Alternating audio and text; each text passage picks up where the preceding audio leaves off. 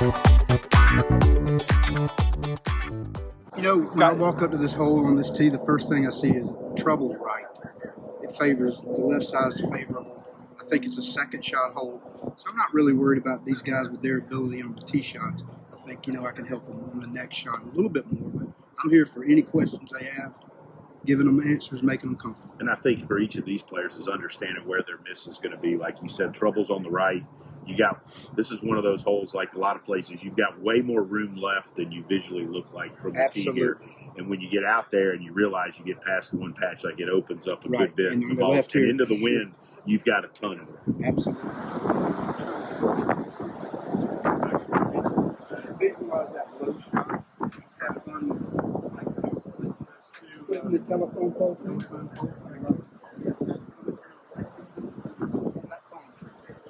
Yep. Go.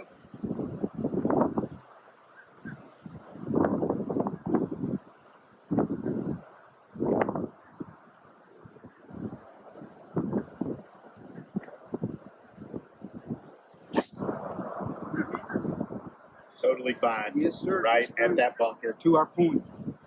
Yep. Right.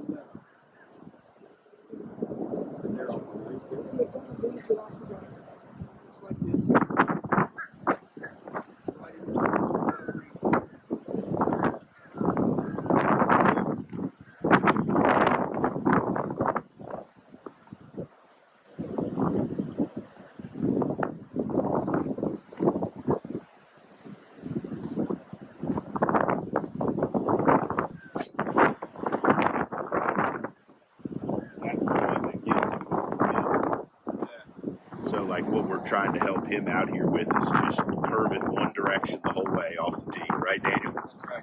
Right, and just stay committed to what he's doing, regardless of where the last shot went. I think that's important for everybody. But even though he just hit a, not a good shot, like he's got to keep trying to do the same thing that we were just doing on the green, even if the last ball wasn't very good.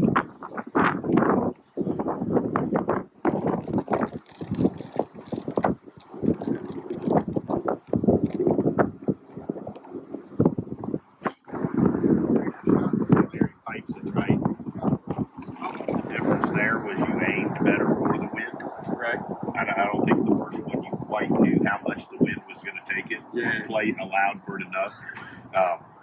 And then I think once you knew that the ball was going to move with the wind, you were more committed to keeping your right toe into the ground and keeping your trunk going through so that it would start on that line. First one looked like you were scared maybe the wind wouldn't bring it as much. It didn't aim correct.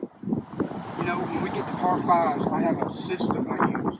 If I've got two things against going for it, which would be wetness of the ball, the rough, whatever. If I got two combinations that I don't like, it's layup. Here, I'm all for go. No problem with it, but I do it on the situation. I don't like water on the ball and being in the rough. That's a no-go. Just because we can't control where the ball goes. That's about the only thing I do. I fully trust these guys to do what we need to do out here. So how far do we have in here? We got 227 to the white flag. Okay, so and we're into the fan pretty good. So on a day like today, I mean, I don't know how hard you think it's blowing, 20 plus, It's 25. gusting to 25. Right? How much are you going to add to the distance? Well, see, if I was caddying for them regular, they would start to understand I'm going to overdo it. So probably here I would add 227. I'd say the minimum shot we need to hit is 240. Okay. Okay, that would be my low number. 240 is the minimum. I don't really care how far you hit it because that goes straight. That's not an issue. And short and left here is Short fine left also. is fine. Yeah. Both pretty good lies, I'd say. Lies. I don't think anything about the lie. You know, you're on a little bit of an upslope, which I think is going to make the ball shoot up a hair more, right? So which is going to be affected by the wind a little bit more. So I think you actually could play even a hair more than 240. Right. I think if you hit your 250 shot here, I don't think you get in trouble. Correct. Absolutely. You've been in the middle of the green. Yeah. It's our favorite. Probably not getting all 250, but just short left. Absolutely right. That's fine.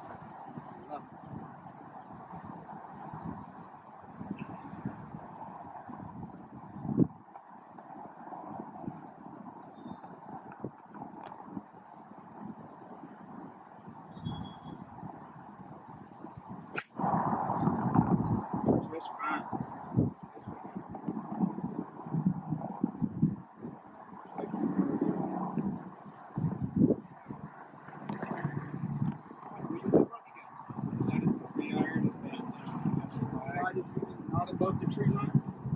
Right at the top. Love it. I like it. It would be probably 20 yards short. And we're good with that. I love that little position. Pitch it in from there. Show me something.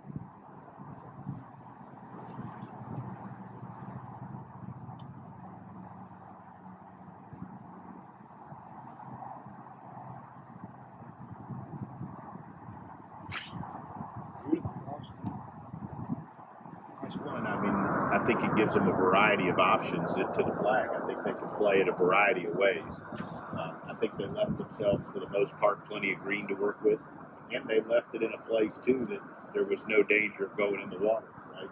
Absolutely. So I mean, these are exactly. Yeah, I think here you want to leave it here. If we hit it further, then it becomes a much more difficult shot. That's why I said like short and left here is fine. You're a little more into the slope, and then from here I think with Will's ball, you're just looking at the line. Good line. First and foremost, you got a little bit of mud around there, a little bit of thin stuff, but it should be how you gonna play the shot, Will? The lie's okay, so I think I'm gonna go with a little bit of an open face, kind of a closer to a bunker shot, but Okay. much so kind of take a bunch of turf and try to get it up high to land it on the green and hopefully land it. Let the green do some work. Let the slope work it down. Yeah, I think that one of the jobs we do, Coop and I, Mark, we're with a player at a tour event, preparing for an event. One of the things you do during a practice round is, especially with Coop, is he always points out the places we might leave a ball. Yeah, Where would we leave the second shot? And you map out where the appropriate place is, like what we just talked through, where's the easiest place to leave it, and we go hit a variety of those shots. And that's all. So, if this was a tour event, we would have already practiced the shot during the practice. I know the answer for anything that he has, any question he has. Absolutely. So let's do this. We're going to carry this ball just on the green. Just on the green. I think with this fast ballon out here, it'll probably grab if I land it short. So I like using it slow, letting it do your work for you. Got that piece of pine straw. Love it. Simplify, leave it there, let it do its work.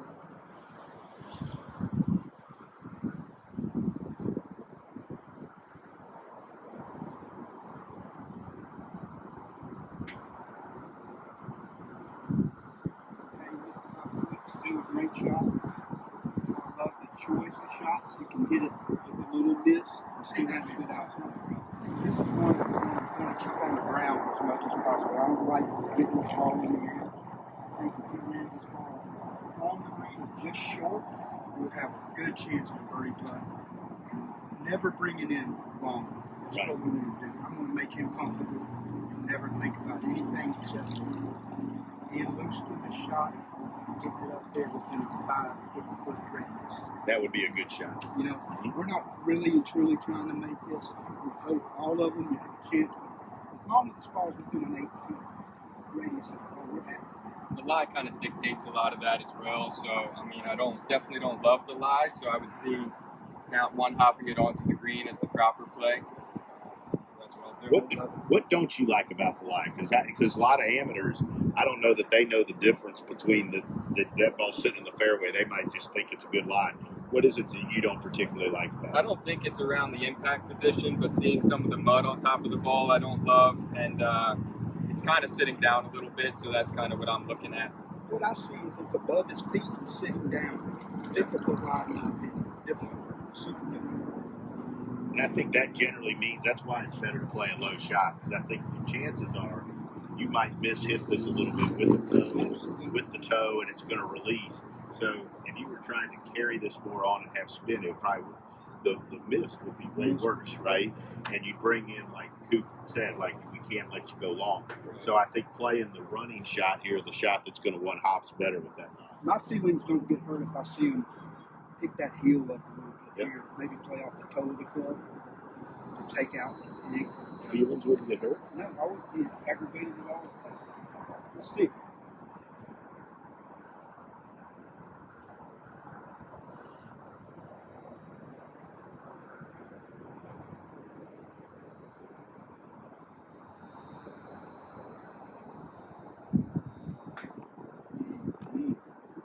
Hey, not the best bounce. We're going to accept that. Got a birdie putt.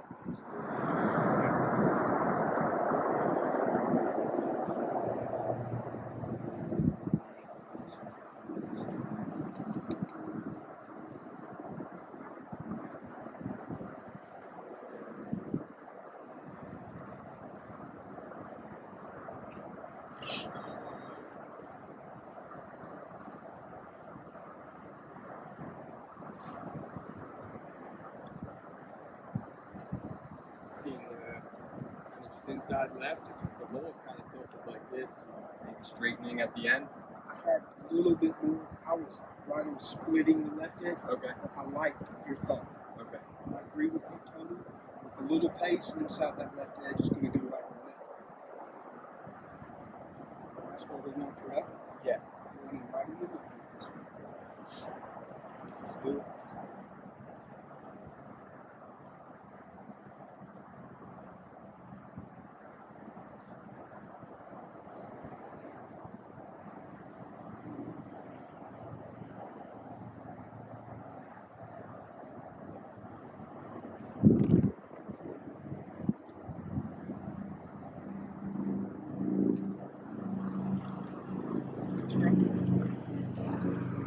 Yeah, what'd you see? When I first saw it, the first thing that came in my mind is the wind's blowing this way. So my original read would have been where he was at, inside left, but with the wind, I moved it out, just outside the hole, thinking that, you know, it was a little more break. And he hit a good putt, and we're happy with what happened. You know, we don't need to make all these. I'm not going to make all these. So I'm happy with the result. The read, my first thought is that wind blowing across is going to move it a little bit. So that's why I went outside the hole.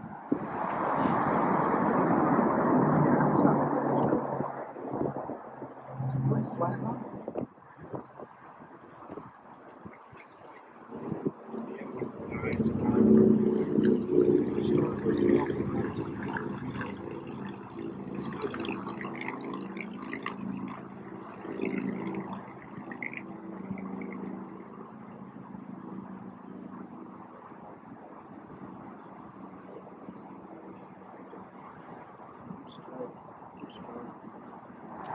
So I use the line on the ball just so that when I get over the putt, aiming the putter head is completely done, and then all I can focus on is the speed of the putt. The speed that'll match the read that me and Coop came up with to be able to make the putt in the center. So on that one, I'd say we had a good line. I think I'd hit it about a foot too hard, hit it through the line.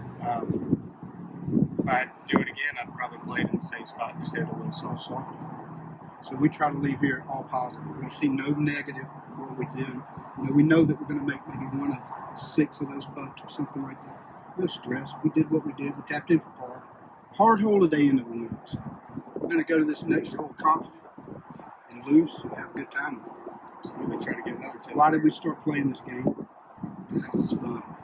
So we're going to have fun all day long. Let's go.